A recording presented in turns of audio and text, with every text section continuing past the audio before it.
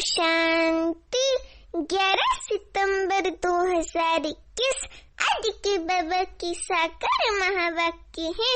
आज बाबा समझाते हैं, मीठे बच्चे सत्य बाप सचखंड स्थापन करते हैं और वो सचखंड सत्य जो बाबा स्थापन करते हैं।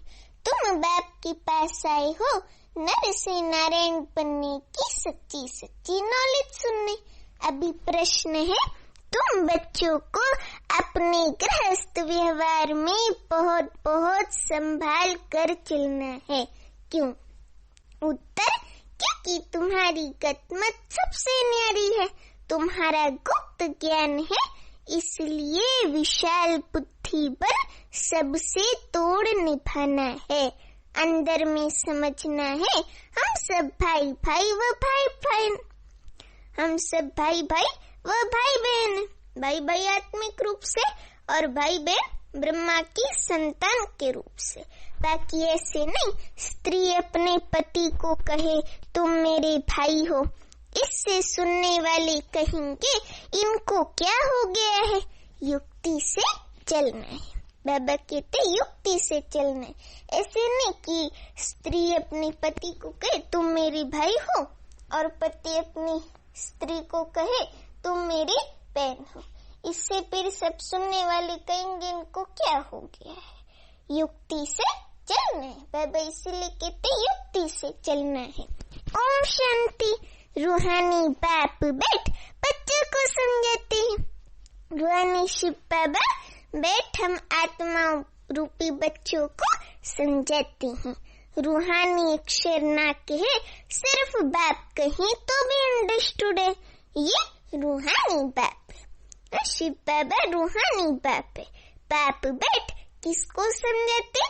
बच्चों को समझाते हैं। सब अपने को भाई भाई तो कहते हैं, तो बाप बैठ समझाते हैं बच्चों को।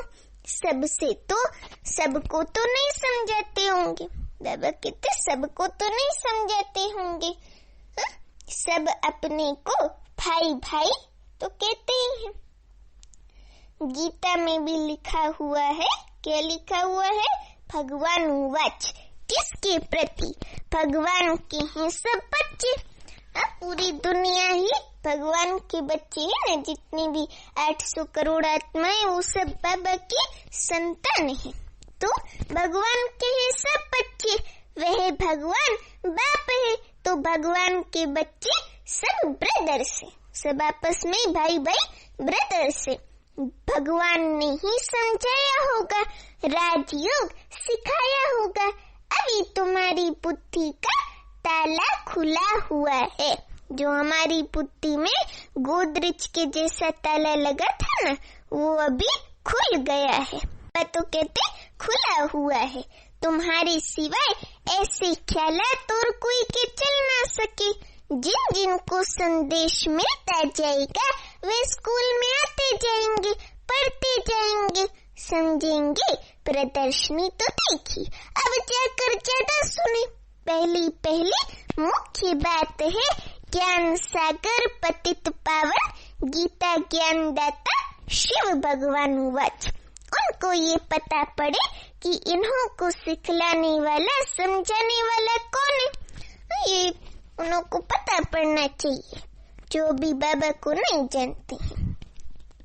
वह बाबा कहते वे सुप्रीम सोल मनुष्य बाबा। ज्ञान सागर निराकार है, वह है ही ट्रुथ। भक्ति में कहते हैं ना शिव बाबा कि भगवान ट्रुथ है, शिव बाबा को ऐसे कहते हैं। तो बाबा कहते कि है ही ट्रुथ, वह सत्य ही बताएगा। बाबा जो ज्ञान सुनाएगा वह सत्य ही सुनाएगा, वो सत्य ही बताएगा। फिर उसमें कोई प्रश्न उठ ही नहीं सकता। जब ट्रुथ है, सत्य बताता है, तो फिर इसमें कोई प्रश्न उठ ही नहीं सकता। तुमने सब छोड़ दिया है, बाबा कहते तुमने सब छोड़ दिया। ट्रुथ के ऊपर, शिव बाबा के ऊपर सब कुछ छोड़ दिया।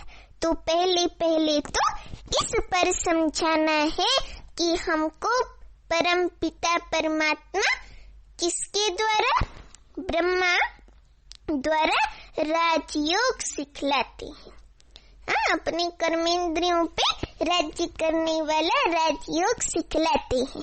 बाबा कहते ये राजा ही पद है जिसको निश्चय हो जाएगा कि जो सभी का बाप है शिव बाबा वे पारलौकिक बाप बैठ समझते हैं, वही सबसे बड़ी अथॉरिटी है, तो दूसरा कोई प्रश्न उठ ही नहीं सकता। वह है ही पतित पावन और शिव बाबा है ही पतित पावन। हम सब पतित आत्माओं को पावन बनाने वाला निराकार भगवान। अभी बाबा कहते हैं जब यहाँ आते हैं तो जरूर अपने टाइम पर आते होंगे। तुम देखते भी हो ये वही महाभारत की लड़ाई है। विनाश के बाद वाइसलेस दुनिया होनी है। वाइसलेस दुनिया है स्वर्ग, निर्विकारी दुनिया।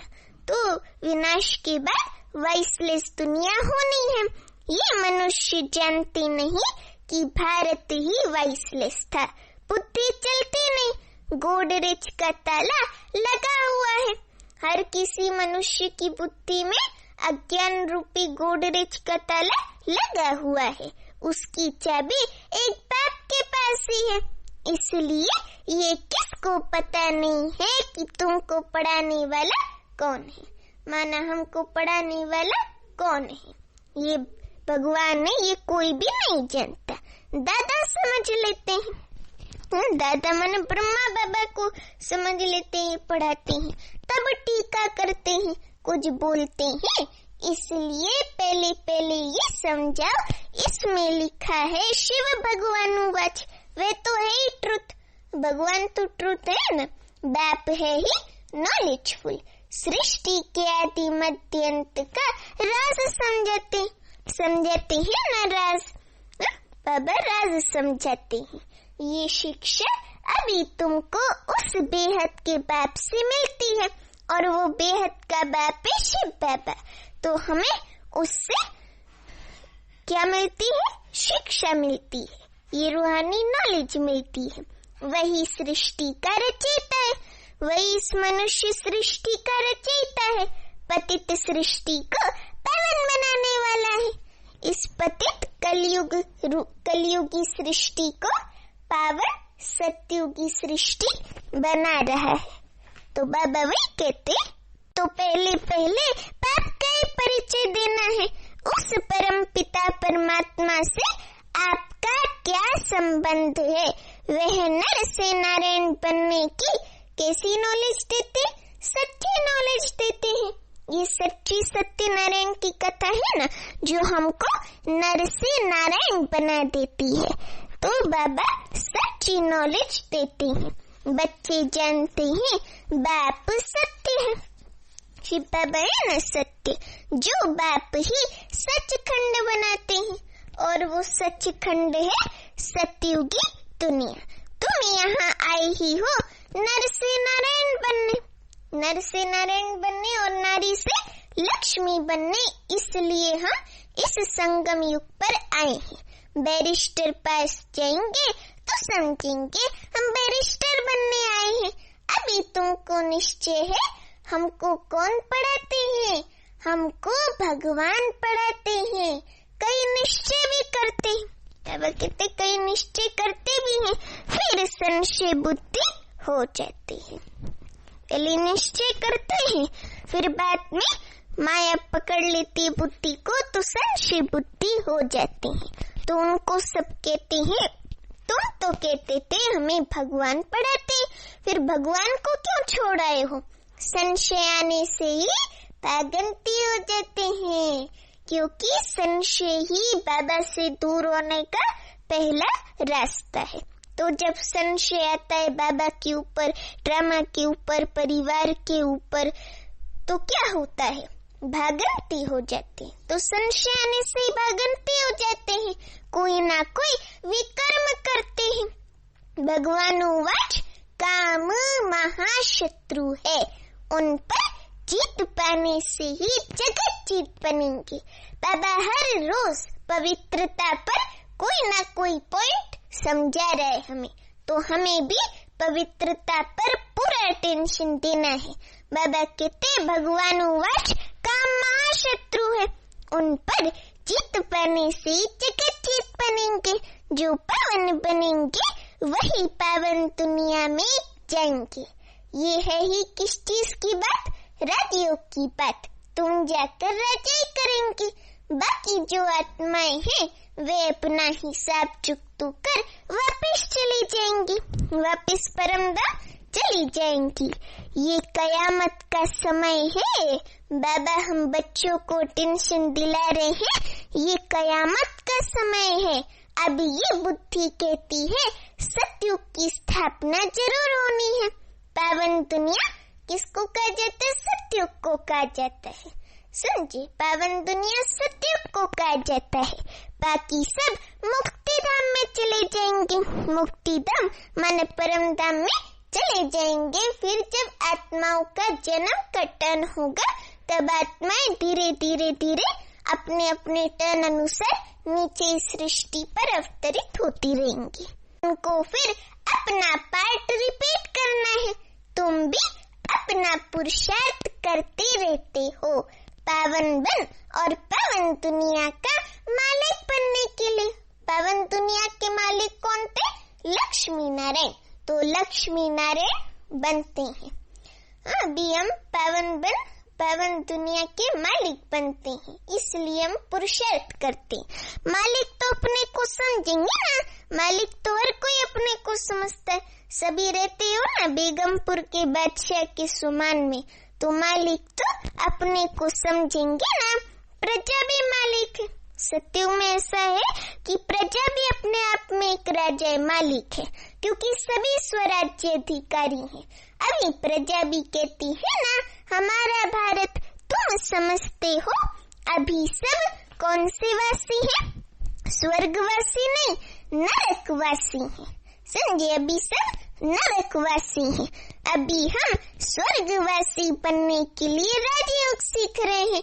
सब तो स्वर्गवासी नहीं बनेंगे। अब सब आत्माएं थोड़ी स्वर्गवासी बन जाएंगी, है ना। जिन आत्माओं का पार्ट होगा थोड़ी आत्माओं का, वही स्वर्गवासी बनेंगे। बाबा बाप कहते हैं जब भक्ति मार्ग पूरा होगा तभी मैं आऊंगा। मुझे ही आकर सब भक्तों को भक्ति का फल देना है।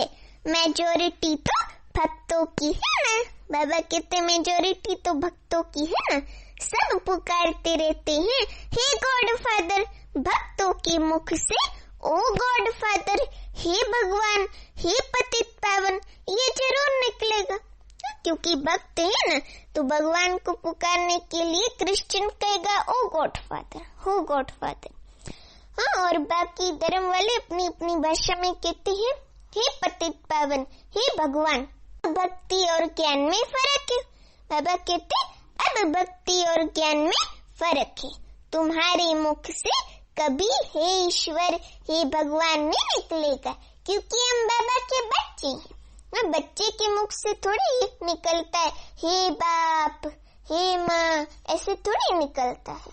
तो हम बाबा के बच्चे, इसलिए हमारे मुख से ये शब्द नहीं निकलते।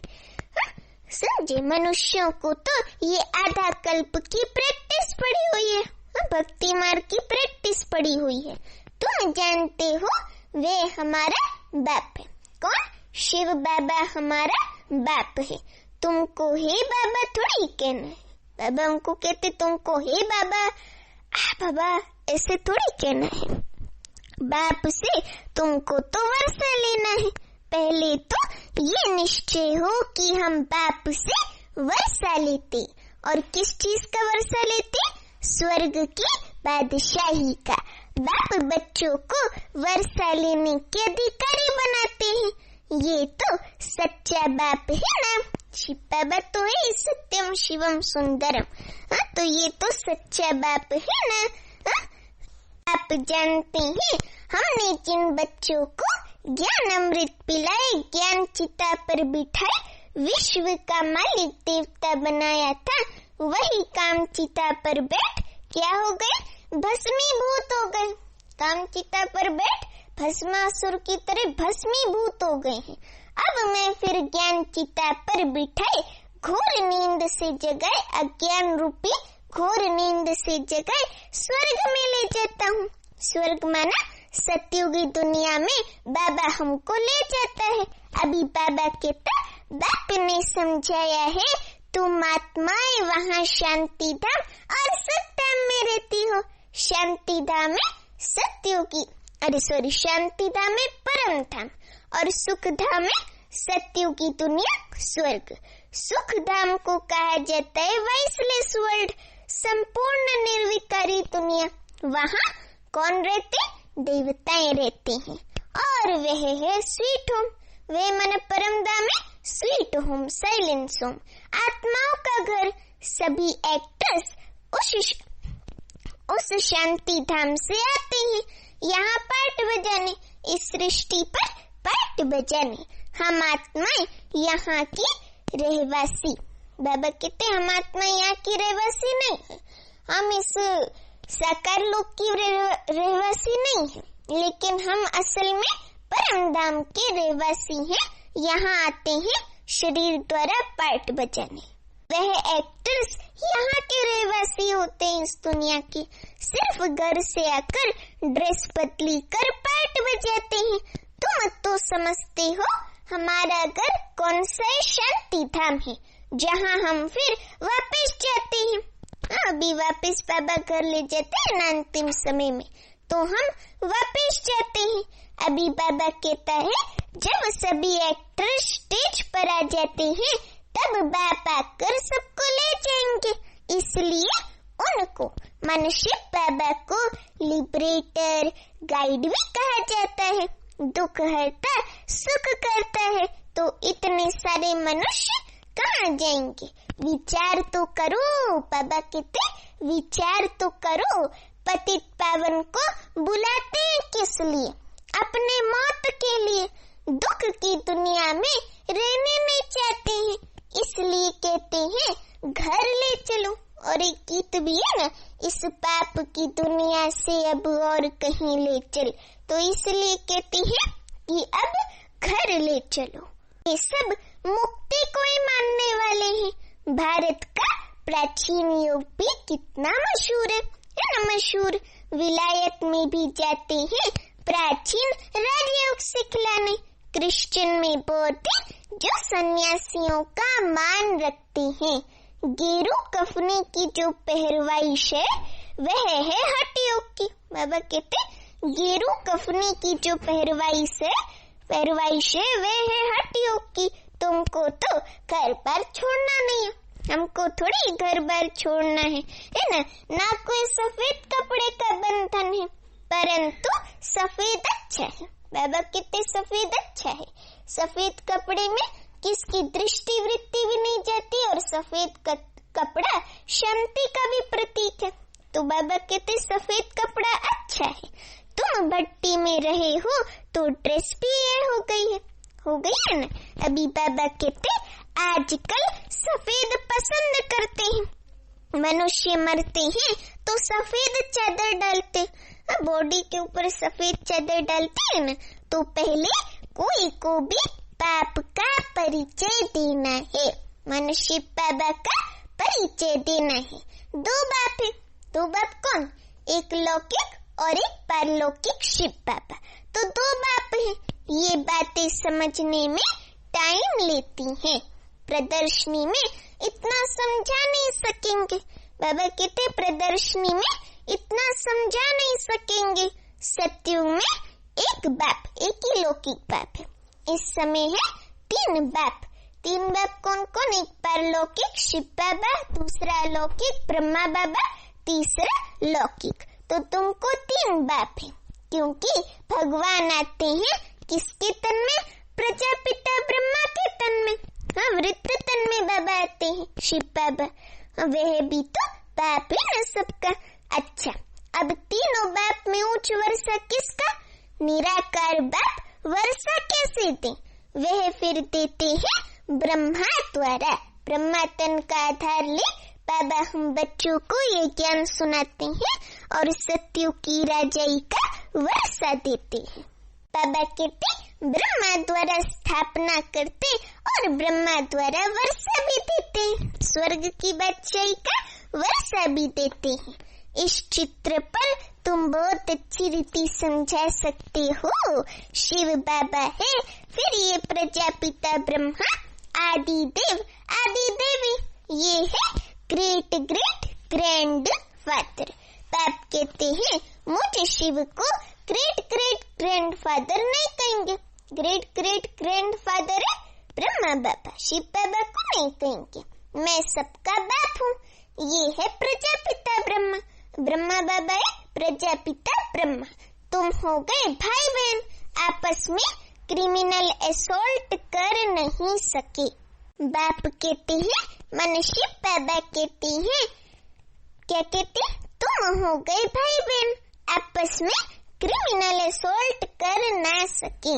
अगर दोनों की आपस में मन भाई बहन की विकार की दृष्टि खींचती है तो फिर गिर पड़ते हैं, बाप को भूल जाते, बाप की याद भूल जाती है, बाप को भूल जाते हैं। बाप कहते हैं तुम हमारा बच्चा बन काला मुंह करते हो, काला मुंह करते हो ना काम तीता पर बैठ के। बेहद का बाप बच्चों को समझाते हैं तुमको ये नशा चढ़ा हुआ है, रूहानी नशा चढ़ा हुआ है, जानते हो गृहस्थ व्यवहार में भी रहना है, लौकिक संबंधियों को भी मुंह देना है, माने लौकिक संबंधियों के साथ भी घर बार में रहना ही है। लौकिक बाप को तुम बाप कहेंगे ना, बाप तो कहना पड़े, क्योंकि लौकिक में शरीर का तो है ना, उनको तो तुम भाई नहीं कह सकते। ऑर्डिनरी में बाबा कहते ऑर्डिनरी वे में बाप को बाप ही कहेंगे, बाबा कहते ऑर्डिनरी वैसे तो बाप को बाप ही कहेंगे। बुद्धि में है कि ये हमारा लौकिक बाप है, ज्ञान तो है ना, ये ज्ञान बड़ा विचित्र है। शिव बाबा भी विचित्र, जिसका कोई चित्र नहीं, ज्योति बिंदु, तो उसका ज्ञान भी विचित्र है, समझे। और हम आत्माएं भी विचित्र हैं, जो विचित्र बाप का विचित्र ज्ञान सुन रही हैं। कहते आजकल करके नाम भी ले लेते हैं, परंतु कोई विजिटर आदि बाहर के आदमी के सामने भाई के दूत वे समझेंगे इनका माथा खराब हुआ है, इसमें बड़ी युक्ति चाहिए। बाबा कहते इसलिए इसमें बड़ी युक्ति चाहिए, समझे, नहीं तो वो समझेंगे इनका दिमाग खराब हो गया। तुम्हारा गुप्त ज्ञान गुप्त संबंध है। अक्सर करके स्त्रियां पति का नाम नहीं लेती हैं, पति स्त्री का नाम ले सकती हैं। इसमें बड़ी युक्ति से चलना है, लौकिक से भी तोड़ निभाना है। केवल एक शिव बाबा की याद में रहना है, लेकिन लौकिक से भी तोड़ निभाना है। अभी बाबा कहते बुद्धि चली जानी चाहिए ऊपर, माना ऊपर शिव बाबा में। हम बाप से वर्षा ले रहे हैं, स्वर्ग की बादशाही का वर्षा ले रहे हैं। बाकी चाचे को चाचा, बाप को बाप कहना पड़ेगा ना। जो ब्रह्मा कुमार कुमारी नहीं बने हैं वे भाई बहन नहीं समझेंगे, जो बीके बने हैं वही इन बातों को समझेंगे। बाहर वाले तो पहले ही चमकेंगे, इसमें समझने की बुद्धि अच्छी चाहिए। बाप तो बच्चों को विशाल बुद्धि बनाते। बाबा ने कहा था ना कुछ संडे पहले की मुरली में कि तुम्हारी विशाल दिल, विशाल बुद्धि, विशाल संस्कार, विशाल स्वभाव होना चाहिए। तो बाबा हमको विशाल बुद्धि बनाते हैं। तुम पहले हद की बुद्धि में थे, हद की तो बुद्धि में थे, अभी बुद्धि चली जाती है बेहद में, मन शिव बाबा में। वह हमारा बेहद का बाप है, परम पिता परमात्मा शिव हमारा बेहद का बाप है। ये सब हमारे भाई बहन है, जो ब्राह्मण परिवार है ये सब हमारे भाई बहन है। लेकिन घर में सासू को सासू ही कहेंगे, बहन थोड़ी ना कहेंगे, बहन थोड़ी ही कहेंगे। सासू है तो सासू ही कहेंगे। अभी बाबा कहते घर में बड़ी युक्ति से चलना है, घर में रहते बड़ी युक्ति से चलना है। नहीं तो लोग कहेंगे ये तो पति को भाई, सासू को बहन के देते। ये क्या है? ये ज्ञान की बातें तुम ही जानो और न जाने कोई। बाबा देखो कितनी रमणीकता से कहता, ये ज्ञान की बातें तुम ही जानो, माना हम बच्चे ही जाने बाबा के और न जाने कोई। कहते हैं ना, प्रभु तेरी गति गत मत तुम ही जानो। अब तुम उनके बच्चे बनते हो तो तुम्हारी गत मत तुम ही जानो। बड़ी संभाल से चलना पड़ता है, कहाँ कोई मूंझे नहीं, कहाँ कोई ज्ञान की बातों से मूंझे नहीं। तो प्रदर्शनी में तुम बच्चों को पहले ये समझना है, ये समझाना है कि हमको पढ़ाने वाला कौन? भगवान है। अब तुम बताओ, भगवान कौन? निराकार शिव या देहधारी श्री कृष्ण, जो गीता में भगवान उवाच है, वह शिव परमात्मा ने महावाक्य उच्चारे या श्री कृष्ण ने। अब श्री कृष्ण तो सत्युग का प्रिंस है ना, वो थोड़ी महावाक्य उच्चारेगा, और वो गीता का भगवान भी नहीं है, वो तो सत्युग का प्रिंस है। तो बाबा कहते कि क्वेश्चन करते कि शिव परमात्मा ने महावाक्य उच्चारे हैं या कृष्ण ने।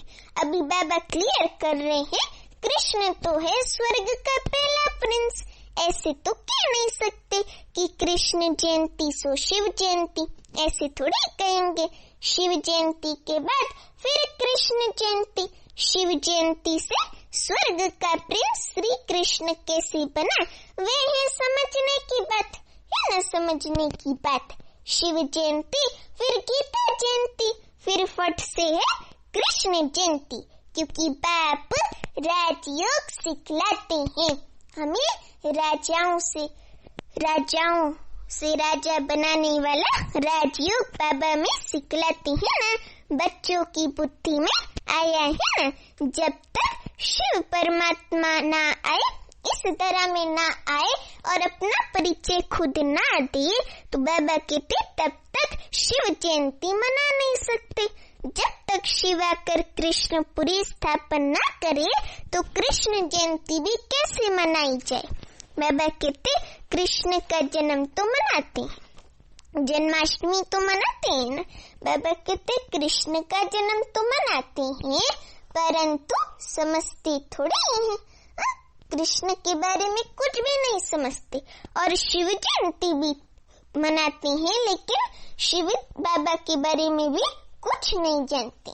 तो अभी बाबा कहते कृष्ण प्रिंस था, सत्युग का प्रिंस था, तो जरूर सत्युग में होंगे ना देवी देवताओं की राजधानी होंगी जरूर।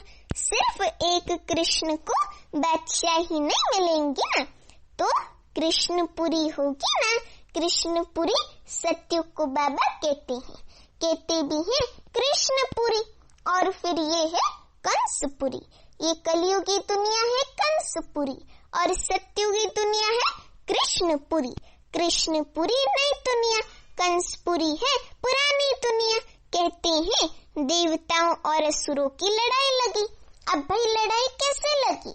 जब देवताएं अहिंसक हैं और जहाँ देवताएं रहते हैं सत्युग में, वहाँ कोई राक्षस या असुर है ही नहीं, तो फिर देवताएं क्यों लड़ेंगे फिर असुरों से?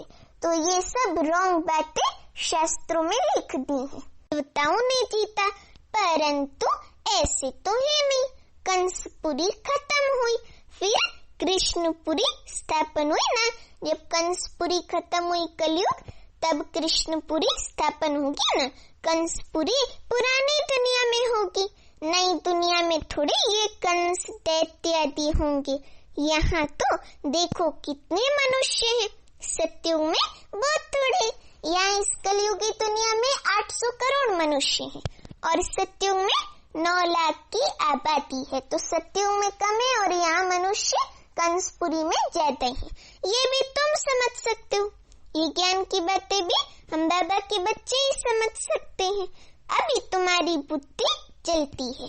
देवताओं ने तो कोई लड़ाई की नहीं। दैवी संप्रदाय सत्युग में ही होते हैं, आसुरी संप्रदाय यहाँ है। आसुरी संप्रदाय यहाँ कलयुग में है। बाकी ना देवताओं और असुरों की लड़ाई हुई, न कौरवों और पांडवों की हुई है। तुम रावण पर जीत पाते हो। रावण क्या है? 5 विकार रूपी माया है, तो हम उस पर जीत पाते हैं और जगत जीत बनते हैं।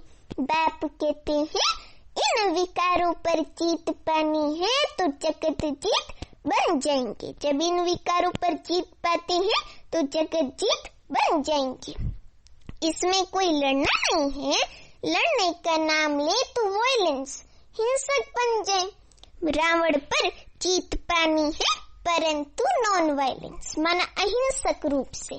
सिर्फ बाप को याद करने से हमारे विकर्म विनाश होते हैं और अहिंसक रूप से ये रावण चला जाता है हमारे अंदर से। भारत का प्राचीन राजयोग मशहूर है।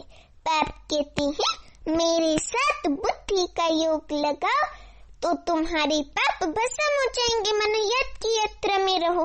बाप पतित पावन है तो बुद्धि योग उस बाप से ही लगाना है तो तुम पतित से पावन बन जाएंगे। अभी तुम प्रैक्टिकल में उनसे योग लगा रहे हो, मन निरंतर उनकी याद में रहने का अभ्यास कर रहे हो।